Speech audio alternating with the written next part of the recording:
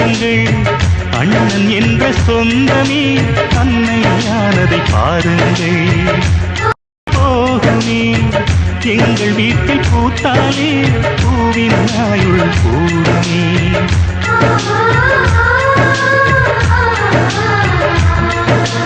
இரண்டு கண்கள் என்றாலும் பார்வை என்றும் ஒன்றுதான். உருவத்திலே தனித்தனிதான், உள்ளம் என்றும் ஒன்றுதான். ஒரு சேவல்தான் நடை காப்பது, இந்த அதிசயம் பாருங்கள், கண்ணனை வாழ்த்துங்கள்.